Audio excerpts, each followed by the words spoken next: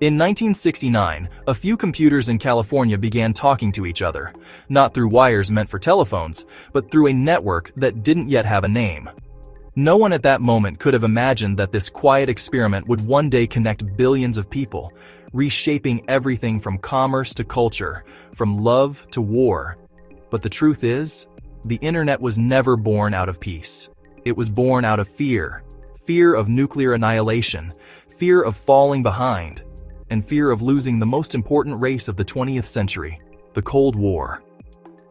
Welcome to another Roots of the Matter deep dive. In this episode, we uncover the hidden story behind the internet's creation. If it's your first time here, consider subscribing to the channel. Every week we uncover one forgotten history that explains today's biggest headlines. Now let's get started. To understand how the internet began, we have to rewind to 1957, October 4th. The world looked up and for the first time saw a man-made object orbiting the Earth.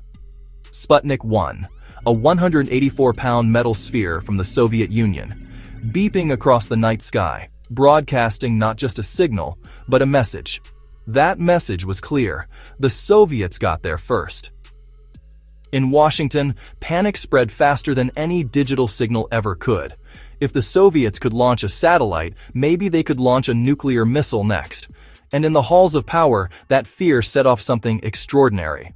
Within a year, President Dwight D. Eisenhower created an agency that would rewrite the future.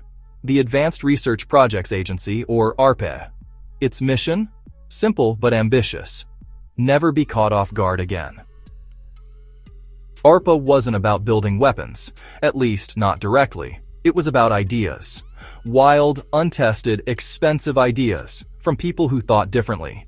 Physicists, computer scientists, engineers, dreamers who saw that the next arms race wouldn't be fought with bombs, but with information. In the 1960s, computers were rare and enormous, machines the size of rooms, owned only by governments and universities. They couldn't communicate with each other. Every machine spoke its own language. Every system was an island. But in a world terrified of sudden attack, isolation was dangerous. What if one command center was destroyed? What if one communication line was severed? How could a country survive a nuclear strike and still coordinate a response? The answer, some believed, lay in building a network that couldn't be destroyed. At Rand Corporation, a researcher named Paul Baran was thinking differently. He imagined a system that didn't rely on one central hub, because a single hub could be destroyed. Instead, he proposed a network of many nodes, where data would move like water, flowing around broken pipes to find another path. His idea, packet switching, was revolutionary. Messages would be broken into small packets, each carrying a destination address, hopping from node to node until they reached their target. The beauty of it was resilience. Even if half the network was gone, the message could still get through. A communication system that could survive nuclear war. At nearly the same time, across the Atlantic, British computer scientist Donald Davies came to a similar conclusion. Proof that the fear of destruction was driving human innovation on both sides of the ocean. By the late 1960s, ARPA took Baran's ideas and turned them into something real. ARPANET. 4 sites were chosen: UCLA, Stanford, UC Santa Barbara, and the University of Utah. Each had a computer, and on October 29, 1969, a researcher at UCLA typed the word "log in." The system crashed after the first 2 letters, LO. It wasn't perfect, but history had just logged on. From there, the network grew, from 4 to dozens, from dozens to hundreds. But still, no one outside the scientific community noticed. This wasn't yet the internet we know. It was a military experiment, a system designed to keep America's brain alive even if its body was destroyed. While ARPANET was growing quietly in America, the Soviets were trying to build their own version. They called it OGAS, the National Automated System for Computation and Information Processing. Its goal? To link every factory, ministry, and planning office across the Soviet Union into a single digital network. A computer brain for the planned economy. If it had succeeded, it might have turned the USSR into a cybernetic superpower decades ahead of its time. But it never did. Bureaucracy, paranoia, and secrecy strangled it before it was born. In Moscow, the military didn't trust civilian scientists. In the factories, managers feared losing control to distant computers. And by the 1970s, the Soviet dream of a networked economy collapsed into paperwork and suspicion. Ironically, while the US had built a military network that evolved into a civilian tool, the Soviet Union tried to build a civilian network that was killed by military secrecy. Two worlds, two ideologies, both trying to control information. Only one learned to let it flow. By the 1980s, ARPANET had outgrown its origins. Researchers were using it to send messages, share files, and even joke around. A new language had emerged, TCP/IP, the protocol that allowed all networks to speak to each other. On January 1, 1983, it became the universal standard, the official birth date of the Internet. And yet, the Cold War continued. The same technology that allowed scientists to communicate also allowed generals to plan wars faster. By the mid-1980s, both superpowers were building global computer systems to track missiles, coordinate intelligence, and spy on each other.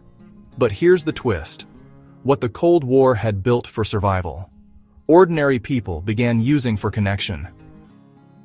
In 1990, a British researcher named Tim Berners-Lee at CERN took those invisible threads and added something new, a web, a system of pages connected by links. The World Wide Web turned a network of machines into a network of minds, and within a decade, what began as a military defense system had become the nervous system of the modern world. The irony is hard to ignore. The Internet, the greatest tool for global connection, was born from the darkest fear of total destruction. Each email, each video call, each social media post carries within it a fragment of that Cold War DNA, a reminder that innovation often grows from insecurity, and that the technologies meant to divide us often end up uniting us, at least for a while. But there's another side to that story. Cyber warfare, hacking, surveillance.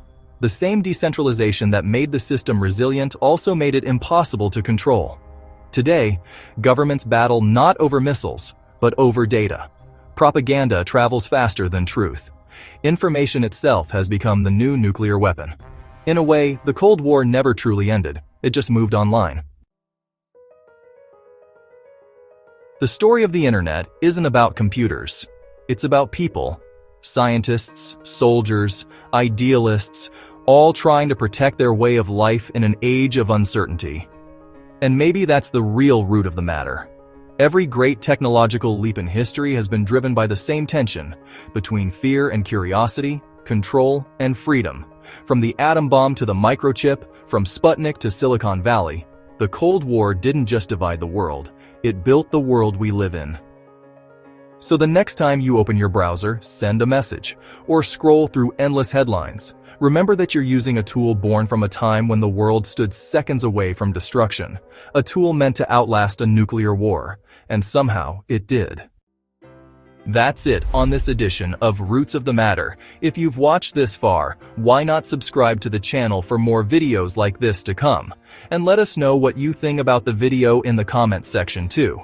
Because behind every click, there's a history we've forgotten. Thank you.